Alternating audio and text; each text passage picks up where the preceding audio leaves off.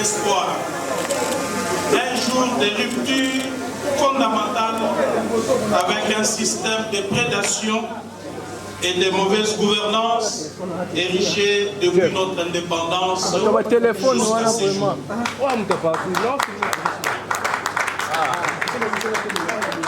Cette journée grave dans les marbres de l'histoire congolaise, la manifestation d'une volonté inébranlable, celle d'un groupe de personnalités qui ont levé l'option de mettre au cœur de leur combat politique les intérêts des Congolaises et des Congolais, loin des combines ancestrales et des calculs tribaux. Nous fondons une nouvelle expérience politique sur le seul pilier de l'idéologie fondée sur la démocratie, le bien-être intégral de l'homme dans un environnement sain et le bannissement de la domination d'une infime minorité au pouvoir qui accapare les richesses du pays au détriment de la majorité de la population. C'est une fondation basée sur l'idéologie et la justice sociale. C'est la rupture.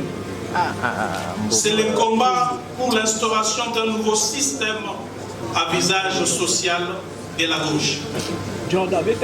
Que chacun les comprenne donc. Cette initiative est une déclaration de guerre à l'ordre ancien. Votre présence ici n'est pas un acte de courtoisie, c'est un engagement. C'est le signal que vous comprenez la gravité de l'instant et que vous êtes prêts à accompagner cette révolution qui s'annonce. Aujourd'hui, la coalition de la gauche congolaise fait son apparition. Non pas électorale habituelle, mais dans un temps résolument non suspect. Nous ne sommes pas une énième plateforme dictée par des ambitions personnelles ou des calculs politiciens à court terme. Non. La CGC est l'expression de la rupture radicale avec le pratique d'un passé qui nous a trop longtemps asservis. La République démocratique du Congo, un vaste territoire de 2 345 000 km², regorge de ressources naturelles incommensurables. Avec plus de 80 millions de terres arables, elle se positionne comme le deuxième pays au monde en termes de terres cultivables, juste après le Brésil. Peuplée de plus de 100 millions d'habitants, dont près de 60 millions de jeunes, elle est souvent qualifiée de véritable scandale géologique et des poumons du monde. En dépit de ses atouts considérables, et après 65 ans d'existence, la République démocratique du Congo n'a jamais réussi à garantir le bien-être de sa population. Le pays se montre incapable de défendre son territoire, de sécuriser ses citoyens, de les nourrir, de les loger convenablement, de les éduquer, de leur administrer la justice ou encore de protéger son environnement. La raison évidente de cet échec réside dans un système de confiscation du pouvoir du peuple, d'oppression et de prédation. Ces systèmes mis en place dès 1960 par une élite motivée par l'enrichissement personnel s'est enraciné au fil des décennies sous les régimes successifs atteignant aujourd'hui son paroxysme.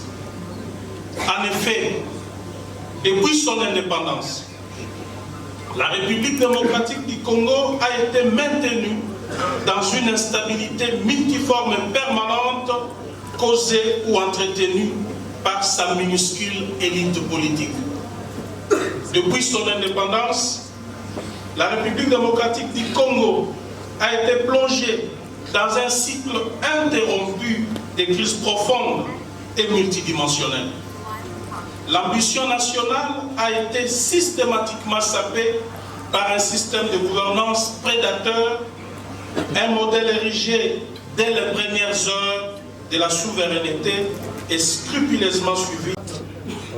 Si nos minéraux ne sont destinés qu'à être vendus à l'état brut, permettant aux dirigeants de s'en partager le prix, de les blanchir dans des paradis fiscaux, ou encore d'investir dans des projets immobiliers à Dubaï et ailleurs, alors le Congo est mal parti.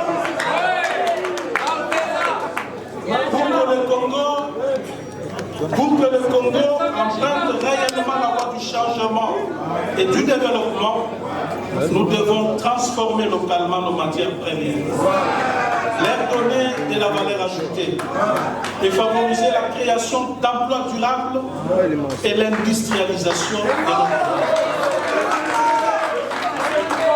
Pour y parvenir, nous allons appliquer un taux fiscal unique réduit à 10% pour ceux qui produiront pour la consommation des Congolais. 2. Appliquer une exonération totale d'impôts et taxes pour tout produit transformé localement destiné à l'exportation. 3. Appliquer un taux douanier élevé sur tous les produits importés qui font partie des produits transformés localement pour protéger la production locale. 4. Imposer une taxe de transformation sur les minéraux exportés sans valeur ajoutée locale. 5. Enfin, encourager le partenariat industriel pour transformer le lithium, les cuivres, les cobaltes chez nous.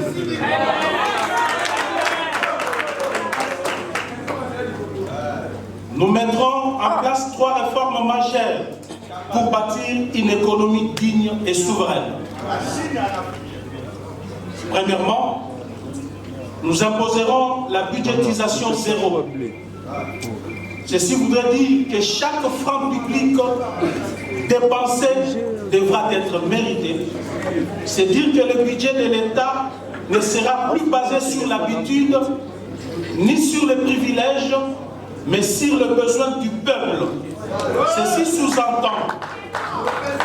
sous-entend zéro dépense reconduite automatiquement. Chaque ministère, chaque province, chaque projet devra justifier ses besoins avec des preuves. Les priorités seront l'éducation, la santé, l'énergie, l'agriculture, la sécurité sociale, j'en passe. 2.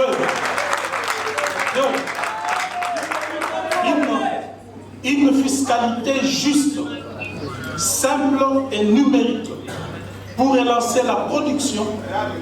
Chaque contribuable aura un identifiant fiscal biométrique.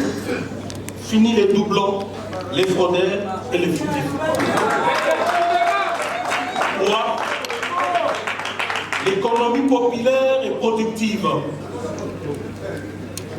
Chaque Congolais vivra de son travail, car nous croyons à la force des bras et des idées congolaises et non aux aides étrangères. Sur le plan des infrastructures, nous visons un développement équitable qui connecte nos provinces, facilite les commerces et garantit l'accès aux services essentiels. Sur le plan social, nous mettrons en place des programmes sociaux spécifiques, bien planifiés, pour des catégories de personnes bien identifiées.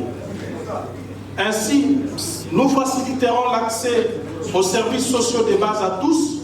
Ici, je cite l'éducation, la santé, l'eau, l'électricité, les transports, et j'en passe.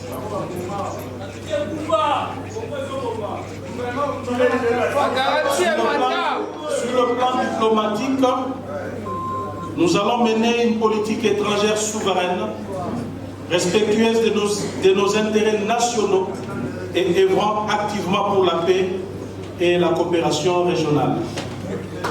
Sur le plan de l'environnement, nous assurerons une gestion durable de nos ressources naturelles, faire face aux défis climatiques et préserver notre biodiversité. Sur le plan de l'administration, nous allons procéder à l'organisation du recensement général de la population et du patrimoine, tant de personnes physiques que morales privées, ainsi qu'à l'audit du patrimoine public et privé de l'État. Enfin, de constituer un fichier national intégré au service du développement et de la sécurité nationale. Cette démarche permettra également de dématérialiser notre administration, la rendre plus flexible et lui conférer le moyen de conduire la RDC vers l'émergence. Ces plans de gouvernance sera le reflet de notre engagement à répondre à toutes les questions de société sous le prisme de l'idéologie de la gauche. Il constituera le contrat social que nous proposons au peuple congolais, un contrat de confiance, de justice et de progrès. Mesdames et messieurs, distingués invités, chers camarades, comme vous le savez, la partie orientale de notre pays est actuellement en proie à la guerre nous imposée par un État voisin, le Rwanda, membre de l'ONU, de l'Union africaine et des organisations sous-régionales. Cet acte n'est ni moins ni plus une agression. Défini par la Charte des Nations Unies à son article 39 comme acte perturbateur de la paix et la sécurité internationale, ainsi que d'autres instruments juridiques internationaux. Face à cette situation humiliante qui menace notre existence en tant qu'État-nation, on aurait voulu voir le pouvoir en place agir avec fermeté face à ces petits pays qui ne fait que verser le sang des Congolais, et c'est là, conformément à l'article 51 de la Charte des Nations Unies qui encourage les États à user de leurs droits naturels de légitime défense lorsqu'ils font l'objet d'une agression armée. Ce n'est pas la force du Rwanda qui nous a servi. Ce n'est pas parce que le Rwanda est fort, mais bien le système de prédation érigé en RDC qui nous a rendus faibles.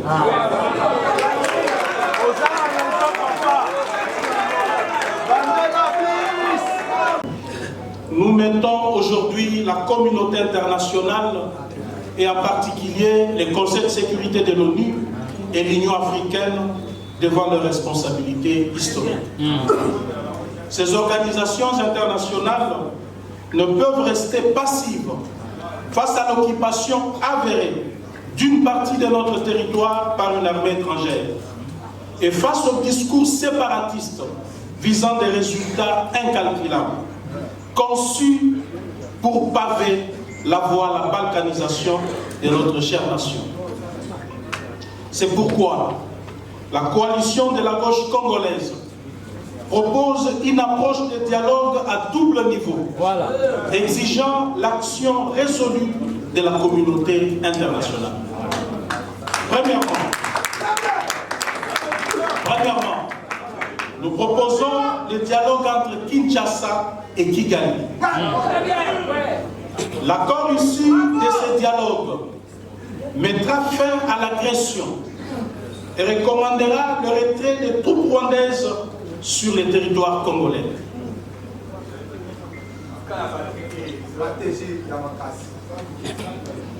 Nous souhaitons que le Rwanda et la RDC soient amenés à trouver un terrain d'entente sous la pression et l'ingénierie diplomatique de toutes les organisations internationales. Tous les processus déjà engagés, des Doha aux approches de Luanda et de Nairobi intégrés au processus de Lomé, en passant par le processus de Washington, doivent impérativement aboutir à deux objectifs non négociables. Un, la cessation immédiate des hostilités et le retrait inconditionnel de l'armée rwandaise de notre sol. Voilà. Ce retrait devra ensuite être rigoureusement surveillé et contrôlé par le Conseil de sécurité de l'ONU avec des mécanismes de vérification impartiaux et contraignants. Deux, les dialogues global et inclusifs entre Congolais pour une cohésion nationale durable. Tout en félicitant le Conseil de sécurité de son implication dans la résolution de la crise en RDC à travers la résolution 2773, la coalition de la gauche congolaise demande fermement au Conseil de sécurité de l'ONU, appuyé par l'Union africaine, de prendre une résolution contraignante pour pousser le pouvoir de Kinshasa à convoquer sans tergiverser un dialogue national inclusif conformément aux principes de la Charte des Nations Unies, notamment dans son chapitre 6. Et des actes constitutifs de l'Union africaine, tels que le protocole relatif à la création du Conseil de paix et de sécurité, ces organisations ont le mandat et la responsabilité d'agir lorsque la paix et la sécurité internationale sont menacées. Ces deux organisations internationales devront non seulement garantir la bonne tenue de ces pourparlers par la désignation de la médiation, mais aussi l'application sans faille de l'accord politique qui en résultera. Un tel dialogue, conduit sous une médiation internationale crédible et neutre, serait le seul à garantir que les résolutions adoptées ne restent pas lettre morte, comme ce fut malheureusement le cas par le passé, notamment avec certaines résolutions de la Conférence nationale souveraine en 1992 et le dialogue de la CENCO en 2016. Nous avons déjà constaté comment la mauvaise volonté politique et la collusion de certains Congolais avec les ennemis de notre pays ont permis de violer impunément ces engagements, poussant certains à prendre les armes. La rupture que la coalition de la gauche congolaise propose, c'est aussi refuser catégoriquement les dialogues avec des arrière-pensées, refuser les agendas cachés. C'est la rupture avec toute forme de manipulation interne ou externe. Cet appel est non seulement pressant, mais vital. La CGC lance donc cet appel solennel à la communauté internationale à se montrer à la hauteur de ses responsabilités face à cette tragédie qui marque l'histoire de notre monde. À ce sujet, la coalition de la gauche congolaise s'oppose à toute idée de diviser les Congolais en deux camps. Tant nous nous opposons à ceux de nos compatriotes qui ont pris les armes contre leur pays, autant nous condamnons la mauvaise gouvernance, les détournements des deniers publics, l'instrumentalisation de la justice, les arrestations arbitraires, l'acharnement politique contre tous ceux qui ne partagent pas la même vision que les dirigeants, le mensonge, les tribalismes, la manipulation, les violations massives des droits de l'homme par le pouvoir de Kinshasa. La coalition souligne que le patriotisme ne se limite pas à des déclarations, mais se manifeste par des actions concrètes. Nous appelons tout le monde à l'humilité et au dépassement de soi pour sauver notre pays.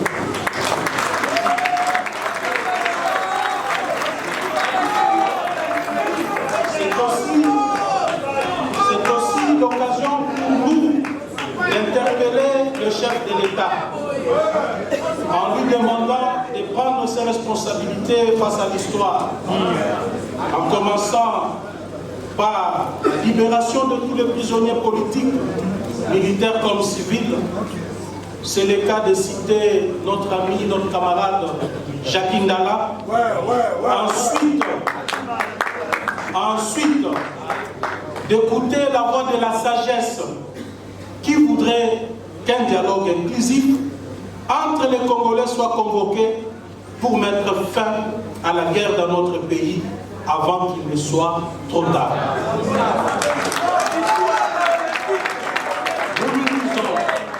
Nous lui disons que l'heure est grave et ce n'est ni le moment de prêter oreille aux tambourinets et aux chants de sirènes.